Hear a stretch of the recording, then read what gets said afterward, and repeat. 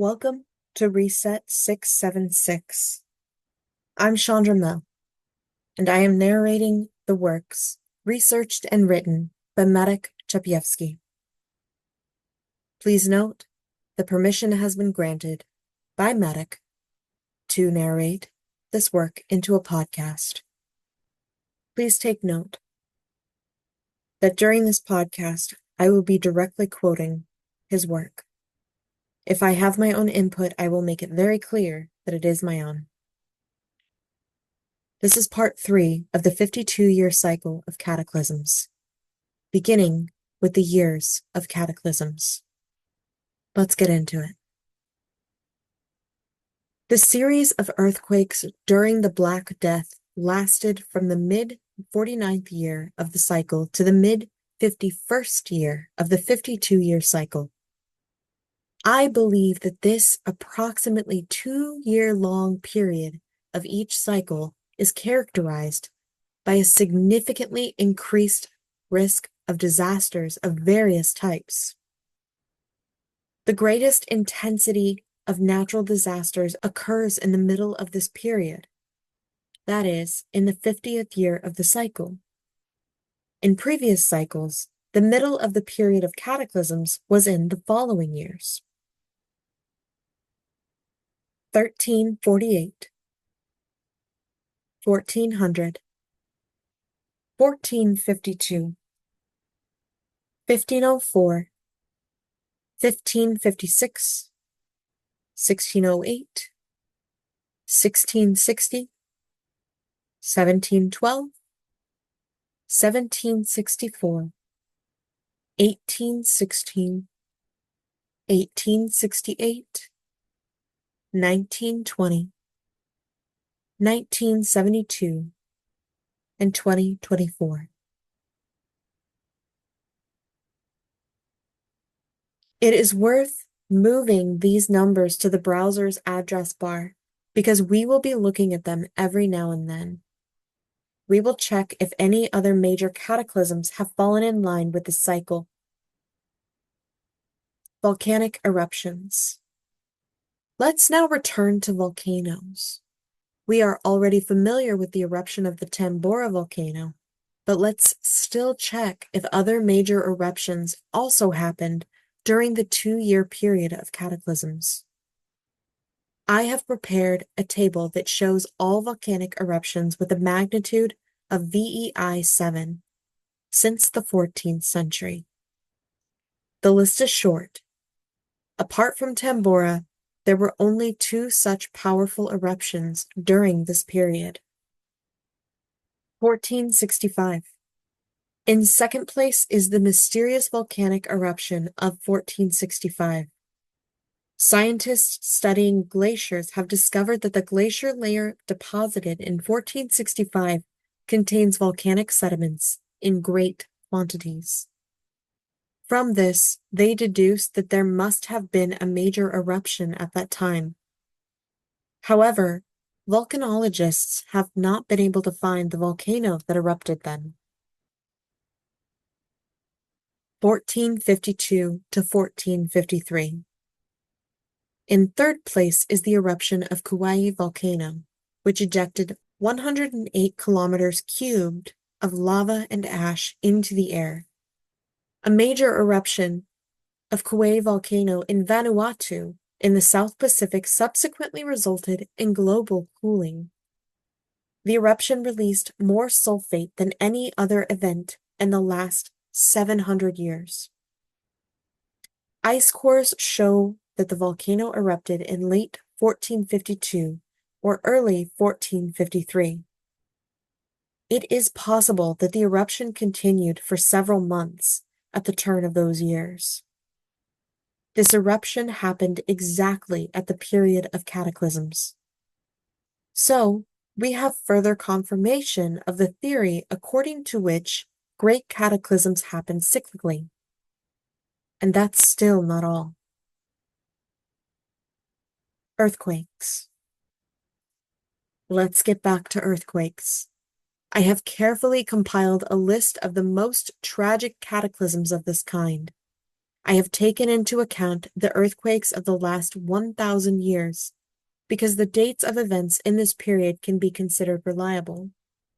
I have listed all the earthquakes in which at least 200,000 people died. For the sake of clarity, I would like to add that the list does not include earthquakes in which the death toll exceeds 200,000 according to some data, but upon careful examination, these figures turn out to be overestimated. Such events include the Haiti earthquake of 2010, where it had between 100,000 to 316,000 casualties. The higher figure comes from government estimates widely charged with being deliberately inflated. Tabriz in 1780, Tabriz in 1721, Syria in 1202, Aleppo in 1138. 1505. The Low Mustang earthquake occurred in Nepal and affected southern China. There is very little information about this event. It is not known exactly how many casualties it caused. According to contemporary sources, about 30% of the Nepalese population died in that earthquake. Today, that would be 8.6 million people. In the 16th century, it must have been at least 500,000, making it possibly one of the deadliest earthquakes in history. This earthquake happened in 1505, which is precisely during the 2-year period of cataclysms. 1920. The Haiwan earthquake, measuring 8.6 on the Richter scale, caused a landslide in Gansu province in China, killing 273,400 people. More than 70,000 people died in Haiwan County alone, accounting for 59% of the county's total population. The earthquake triggered the most tragic landslide in history, claiming over 32,500 lives. This earthquake also happened during the period of cataclysms. 1139. The Ganja earthquake was one of the worst seismic events in history. It affected the Seljuk Empire and the Kingdom of Georgia, known as modern-day Azerbaijan and Georgia.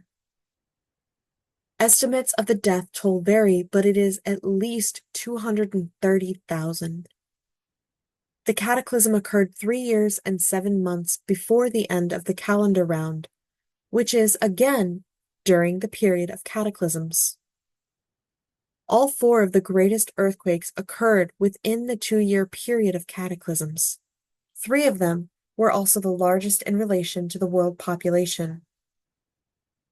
Smaller earthquakes have happened in completely random years. 1976. According to various estimates, between 100,000 and 700,000 people died in the Tangshan earthquake. These highest estimates were greatly exaggerated. Chinese State Seismological Bureau states that 242,419 people died in the quake, which reflects the official figure reported by the state-run Xinhua News Agency. The Chinese Earthquake Administration also attributes 242,769 deaths. This quake happened in modern times with a very large population, so the death toll is high. In relation to the world population, the losses were not as significant as in the aforementioned earthquakes. 2004. The Indian Ocean tsunami is an event that most of us remember. In this case, it was not the earthquake that was the direct cause of death, but the big wave it triggered. People in 14 countries died, most of them in Indonesia. 1303. The extremely tragic Hongdong earthquake occurred in the territory of the Mongol Empire, today's China. Geomagnetic storms. Now that we know the cataclysms on Earth happen in cycles, it is worth checking whether the cycle of cataclysms also affects events in space, such as solar flares. But first, let me give you a handful of information needed to understand this issue. A solar flare is a sudden release of a huge amount of energy by the sun caused by a local disappearance of the magnetic field. The flare carries energy in the form of electromagnetic waves and streams of particles, those being electrons, protons, and ions. During solar flares, a coronal mass ejection, also known as a CME, may occur. This is a huge cloud of plasma thrown by the sun into interplanetary space. These massive plasma clouds travel the distance between the sun and Earth in hours to days. When a coronal mass ejection reaches Earth, it causes disturbances in the Earth's magnetic field. That is called a geomagnetic storm. Aurora then appear near the poles in the sky.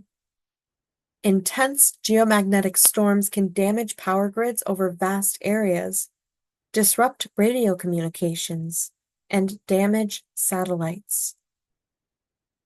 The frequency of solar flares and geomagnetic storms depends on the phase of solar activity, and this varies cyclically.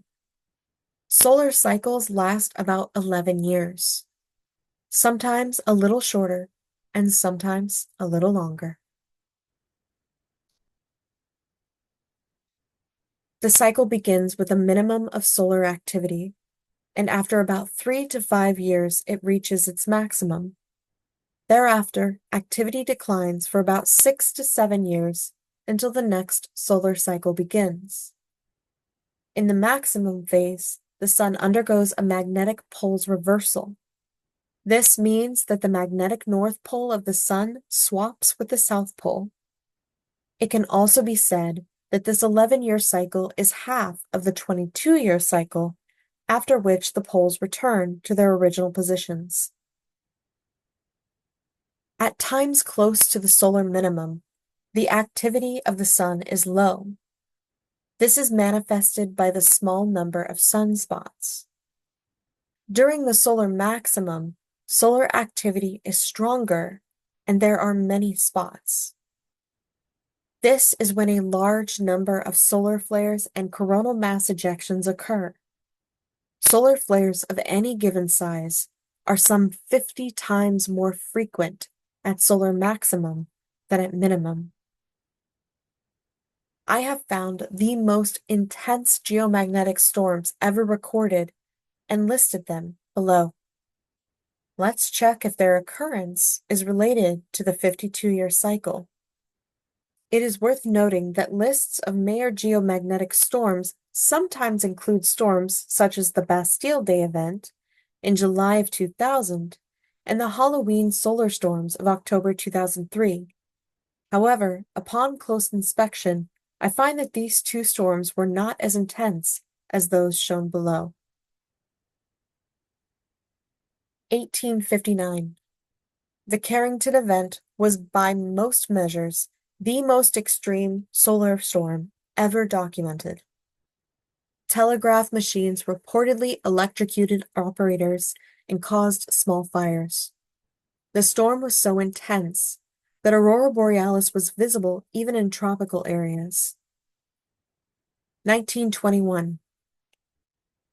The New York Railroad superstorm was the most intense geomagnetic storm of the 20th century. The farthest equatorward or lowest latitude aurora ever was documented. The event got its name from the disruption of trains in New York City following a fire in a control tower and telegraph station. It burned out fuses and electrical apparatus. It caused total communications blackouts lasting several hours. If the 1921 storm occurred today, there would be a widespread interference to multiple technological systems, and it would be quite significant with effects including electrical blackouts, telecommunications failure, and even the loss of some satellites. Most experts regard the 1859 event to be the most powerful geomagnetic storm on record, but new data suggests that the storm of May 1921 could have equaled or even eclipsed the Carrington event in intensity. And what is the most interesting, this magnetic storm happened just in the period of expected cataclysms. 1730. The solar storm of 1730 was at least as intense as the 1989 event, but less intense than the Carrington event. 1972. The solar storm of 1972 was the most extreme solar particle event by some measures. Fastest CME transit was recorded. It was the most hazardous geomagnetic storm in the spaceflight era. It caused severe technological disruptions and the accidental detonation of numerous magnetically triggered sea mines.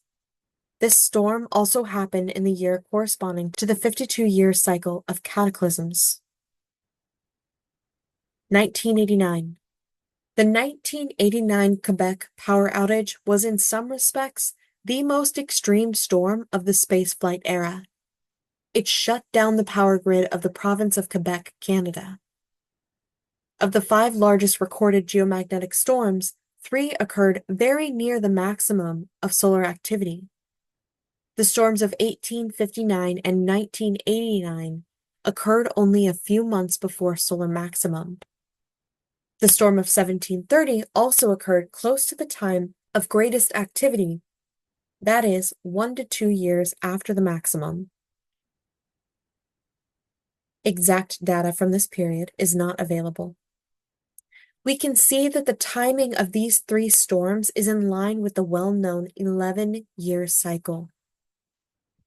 In contrast, the other 2 storms occurred during periods of low solar activity, long after the solar maximum point, at a time closer to the minimum.